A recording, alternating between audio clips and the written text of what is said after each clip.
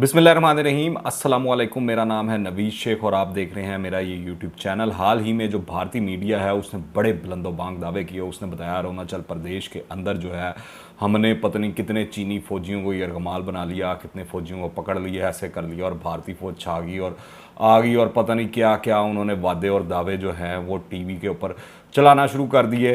और ये तमाम के तमाम उस वक्त झूठे साबित हुए जब चीन ने भारतीय फ़ौजी कैदियों की तस्वीर जारी कर कर इनके गुब्बारे से हवा निकाल दी। तो यूँ ये जो प्रोपेगेंडा, झूठा प्रोपेगेंडा जो करते हैं भारतीय मीडिया वाले, इनको मुंह की खानी पड़ी है। और इस वक्त भारतीय सरकार जो है वो अजीब मखमसे का शिकार हुई हुई दिखाई देती है, अजीब मसाइल का शिकार दिखाई देती है।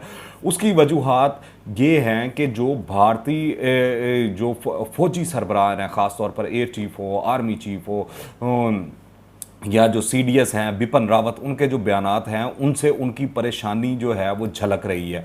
और अभी हालिया जो अमरीकी नायब वज़ीर खारजा ने जो ये दौरा किया है भारत का, और जिसके अंदर वो S-400 के लिए वो अमेरिका से भीख मांगते रहे कि आप पाबंदियाँ ना लगाएं, ये ना करें, हम तो मारे जाएंगे, मर जाएंगे। तो वो चीज़ भी आपको जहन में रखनी चाहिए। मैं आपको सबसे पहले अगर बात करूं तो हाल ही में भारत ने VR चौधरी जो हैं इनको नया एयर चीफ जो है वो मुकर्रर कर दिया है। और जो इनका पहला ही बयान आया वो पाकिस्तान और चीन के ख़िलाफ़ था, जो कि एक्सपेक्टेड था। एयर चीफ बनने से पहले जब चीन लद्दाख में ज़बरदस्ती घुसा था, गलवान वैली में भारतीय फ़ौज के साथ तसादुम हुआ था, इस वक्त यही VR चौधरी जो था उस इलाके का इंचार्ज था, क्योंकि ये भारतीय फ़ौज को बहुत करीब से देख चुका है। इसलिए चाइना के साथ डील करने के लिए इसको ये ओहदा दिया गया है। पर ये उस वक्त कुछ नहीं कर सका, तो अब इसने एयर चीफ बनकर क्या कर लेना है।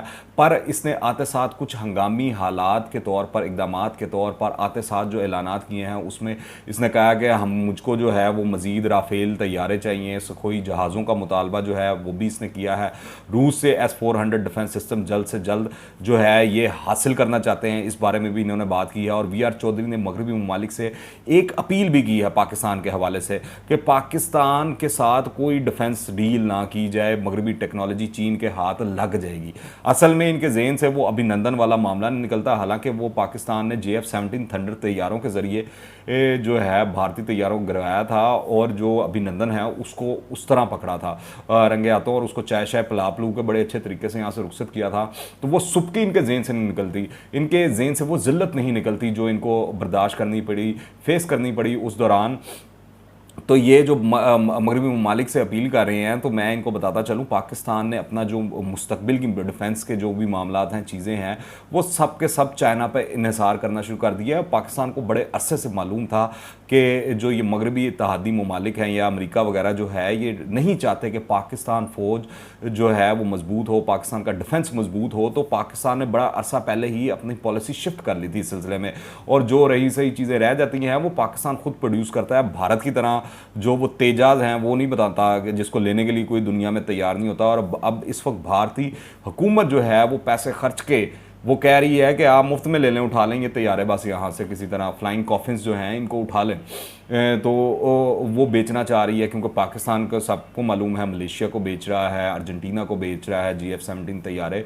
तो पाकिस्तान तो इस वक्त छाया हुआ दिखाई दे रहा है इस हवाले से। और भारतीय एयरफोर्स वाक़तन पाकिस्तान से तादाद में ज़्यादा तो होगी, पर क्वालिटी के अंदर आप जो है पाकिस्तान एयरफोर्स का कोई मुकाबला नहीं है। पाकिस्तानी तैयारों का भी और पायलट्स की ट्रेनिंग के अंदर भी भारत पाकिस्तान का दूर दूर तक कोई मुकाबला नहीं कर सकता, और चीन तो फिर बहुत ही दूर की बात है। इससे पहले अगर आपको याद हो, इंडियन आर्मी चीफ जो है मनोज नरवाने, वो भी कह चुके हैं कि इंडिया को बैक वक्त चीन और पाकिस्तान दोनों महाजों पर ख़तरा है। अब ये बड़ा जो है ये बिपिन रावत भी वो बात कर चुके हैं, उनकी पॉलिसी भी है कि वो बैक वक्त दोनों का मुकाबला कर सकते हैं।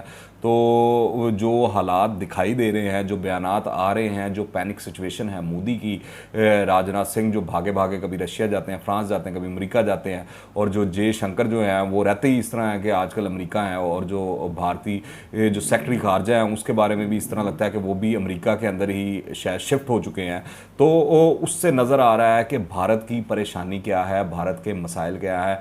बात यह है कि जो भारतीय तैयारे जो हैं वो रिटायर्ड होने वाले हैं बड़ी तादाद में, रिटायरमेंट से बच जाने वाले पुराने तैयारों के साथ पाक चाइना टेक्नोलॉजी का मुकाबला करना जो है वो इस वक्त नामुमकिन हो चुका है भारत के लिए। दूसरी बात, हंगामी तौर पर नए जहाज़ों की खरीदारी में अरबों रुपए की जो करप्शन होगी, मोदी, बिपिन रावत, आप नाम लेते जाइए, कितनी क्या क्या दिहाड़ियाँ लगाएंगे आपके सामने। राफेल के अंदर जो है वो सारा स्कैंडल सबके सामने आया, पर मोदी ने वो अभिनंदन वाला और वो सारा पाकिस्तान के साथ मामले का बहाना बना के उसने कहा कि जो भी है और ज़्यादा उसने दिहाड़ी लगाई और ज़्यादा महंगी डील कर कर राफेल वो हर हाल में ले आया। और अब अनकरीब कहा जा रहा है कि मज़ीद राफेल लेकर आए जाएंगे और इस तरह भारतीय आवाम को भी खूब बेवकूफ़ बनाया जाएगा और माल भी बटोरा जाएगा और होएगा कुछ नहीं, मार ही पड़नी है इनको।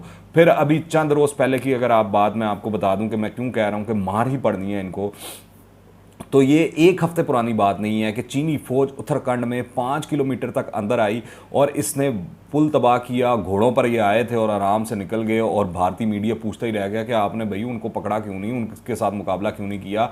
चीन का इस हवाले से कहना था कि भारत अपनी फॉरवर्ड पॉलिसी पर अमल पैरा और गैर कानूनी तरीके से चीन के इलाके पर कब्जा कर रहा है। वही साजिशी और वो जो है ना बड़ी चलाकियाँ करके कि ये मेरा है और ये ऐसे है यूँ है, वो करने की कोशिश करते हैं। वैसे तो ये मैदान जंग के अंदर मुकाबला नहीं कर सकते। भारत ने इस इल्ज़ाम को रद्द करते हुए कहा है कि दो तरफा कशीदगी की वजह बाहमी सरहद पर फौजों की तैनाती है, यानी कि दोनों तरफ में फौजें बड़ी तादाद में मौजूद हैं। इस वजह से ये मामलात होते रहते हैं, चीज़ें होती रहती हैं। हालांकि भारत और चीन के जो बयान सामने आ रहे हैं उससे एक चीज़ तो वाज़ह है कि दोनों ममालिक के दरमियान सरहद पर इस वक्त काफ़ी ज़्यादा तनाव है और जो ये कोशिशें होती रहती हैं कि इसको कम किया जाए वो मुकम्मल तौर पर नाकाम दिखाई देती हैं। और ये खिंचाव और जो परेशानी की कैफियत है भारत के लिए ताहाल बरकरार है।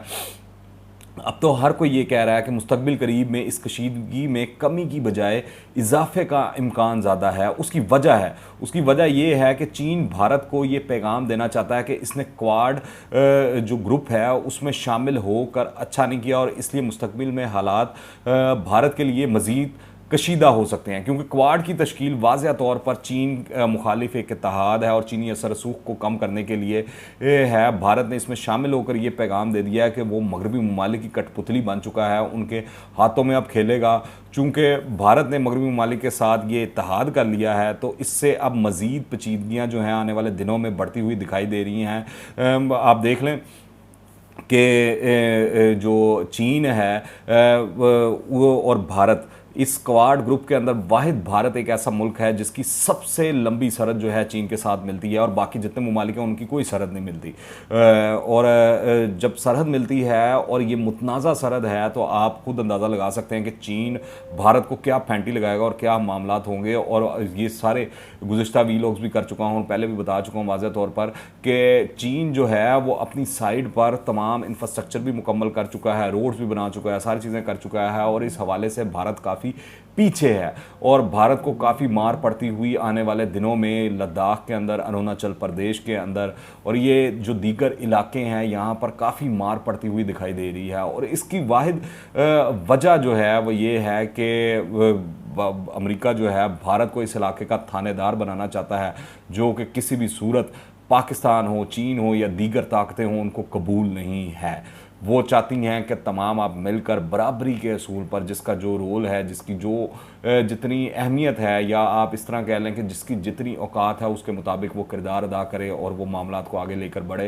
पर जिस तरह अमेरिका चाहता है या भारत चाहता है उस तरह मामलात आगे चलते हुए नहीं दिखाई दे रहे और ये जो मर्जी प्रोपेगेंडा कर लें अपने मीडिया के थ्रू, इनको इस तरह लगता है कि हमेशा मुँह की खानी पड़ेगी।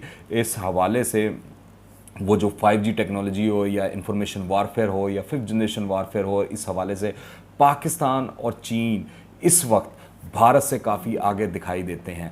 आप इस हवाले से क्या राय रखते हैं नीचे कमेंट्स में लाजमी बताइएगा और अगर आपने अभी तक इस चैनल को सब्सक्राइब नहीं किया तो इस चैनल को सब्सक्राइब कर लें। दुआ में याद रखें। अंटिल द नेक्स्ट टाइम, अल्लाह हाफ़िज़।